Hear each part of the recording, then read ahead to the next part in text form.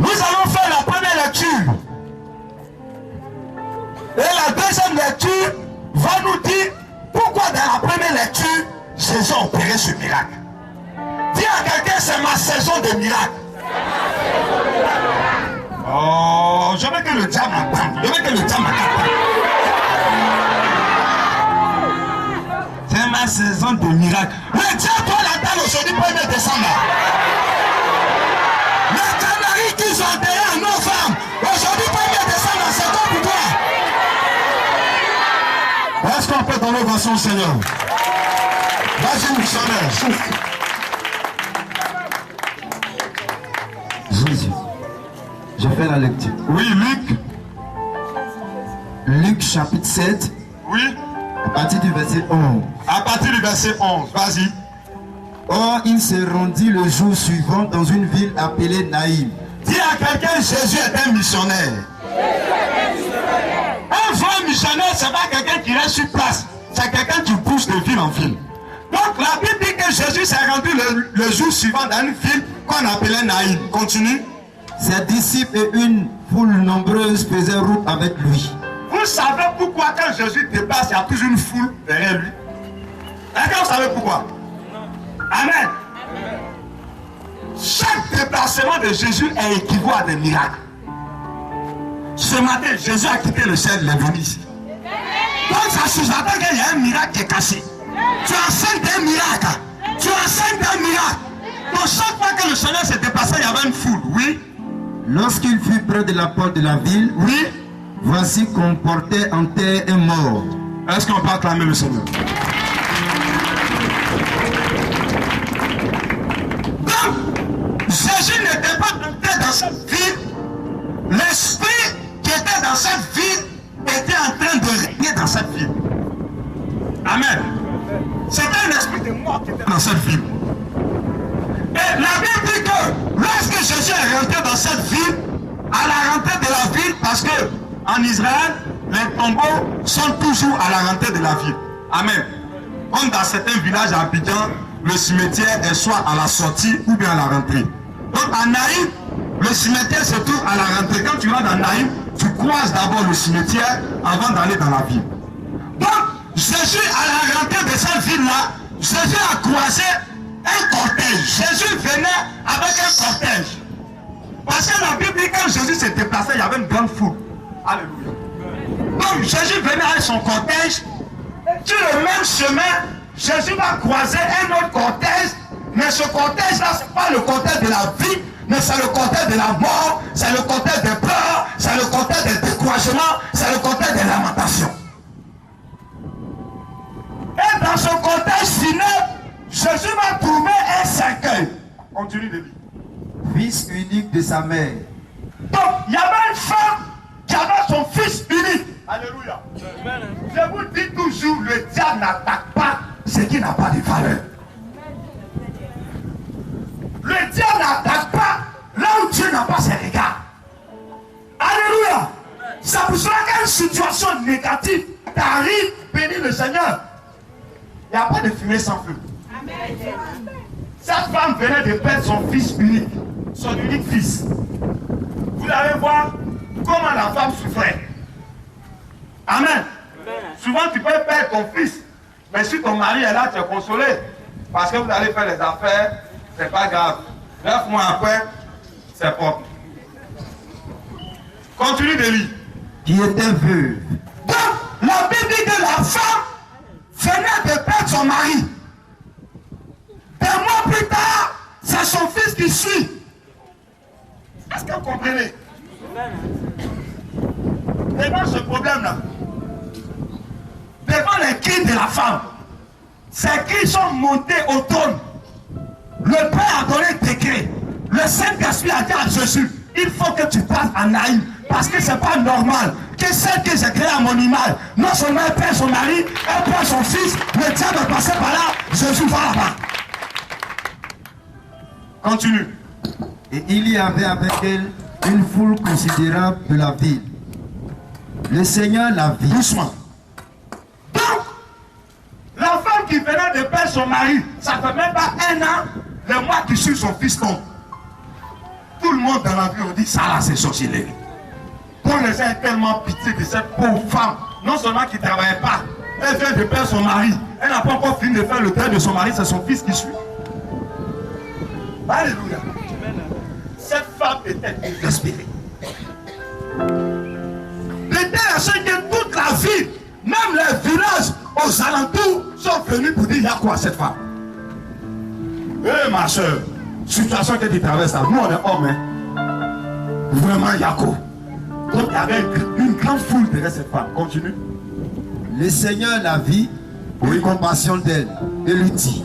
Donc, lorsque le cortège de la mort a quitté la ville pour aller à sa dernière demeure, heureusement pour cette femme, sur son chemin, il y avait le cortège de la vie, Jésus-Christ de Nazareth et son équipe qui passaient par le même chemin.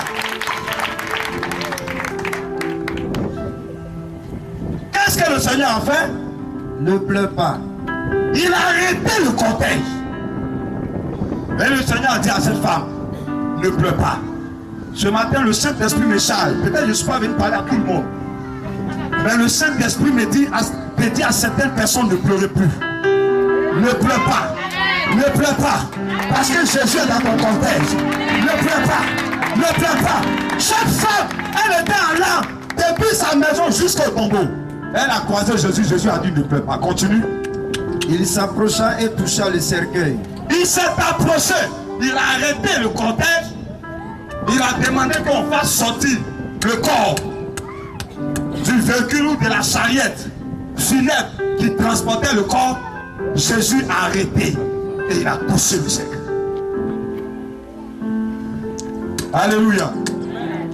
Le Saint-Esprit m'envoie pour dire 1er décembre. Il arrête la maladie dans ton corps. Il arrête la malédiction. Il arrête le célibat. Il arrête les échecs chroniques. Il arrête les échecs répétés. Jésus a arrêté. Il a arrêté son cortège final. Continue. Ceux qui le portaient s'arrêtaient. Oui. Il dit. Oui. Jeune homme. Regardez ce que Jésus a fait. Nulle part dans la Bible, on a dit que Jésus n'a prié pour ce jeune homme. Vous allez fouiller de la Genèse à l'Apocalypse, vous ne verrez pas un seul verset où on dit Jésus était en train de prier pour un malade. Je veux que vous soyez attentifs ce matin. Quand il est arrivé à côté du cercueil, qu'est-ce qu'il a dit? Jeune homme, je te l'ai dit, lève-toi. Il a dit, jeune homme, moi Jésus, je t'ai dit. Est-ce que quelqu'un a compris? Je ne pense pas que vous avez compris. Je ne pense pas. Le jeune est couché. Personne ne peut parler à un mort.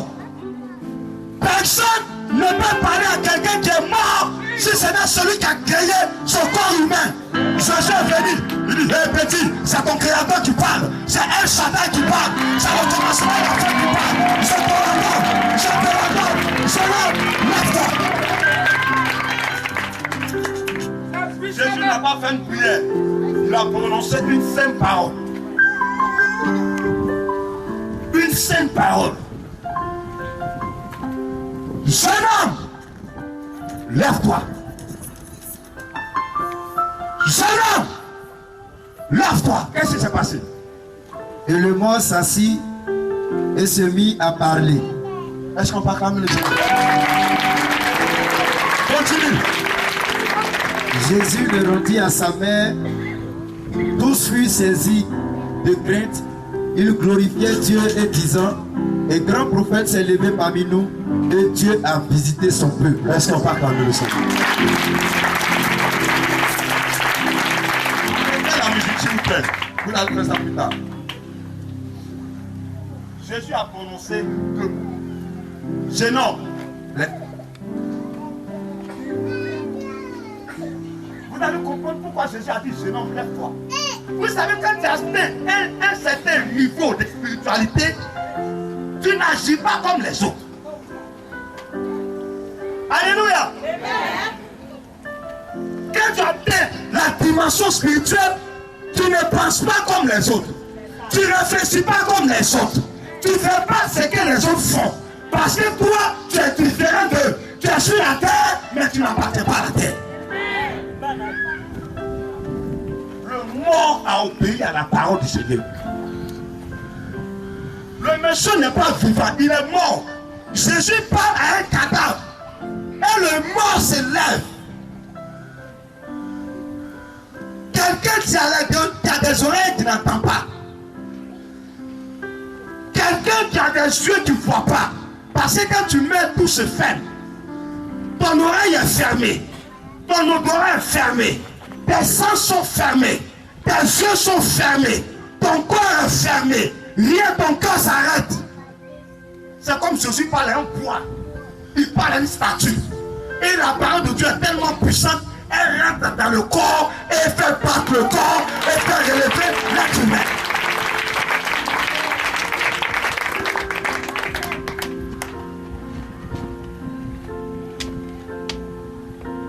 Pourquoi Jésus a dit ça? Parce que souvent, on dit qu'on est chrétien, mais on ne met pas en application la parole que Dieu dit.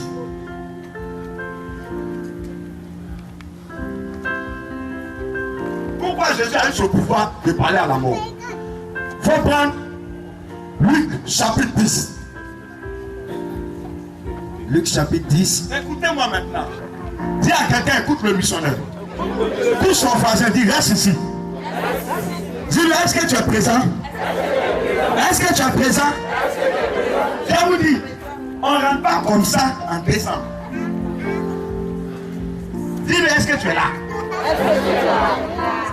Est-ce que tu es là? Tous ton mettre tes oreilles. Dis, oreille, sois attentif à la parole. Dis, oreille, sois attentif à la parole du Seigneur. Dis, mon esprit, sois présent.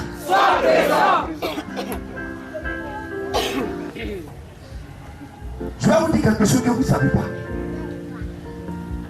Le diable n'agit que sur une seule raison. La science ne peut pas arrêter le diable. Les médicaments traditionnels ne peuvent pas arrêter le diable. La médecine ne peut pas arrêter le diable.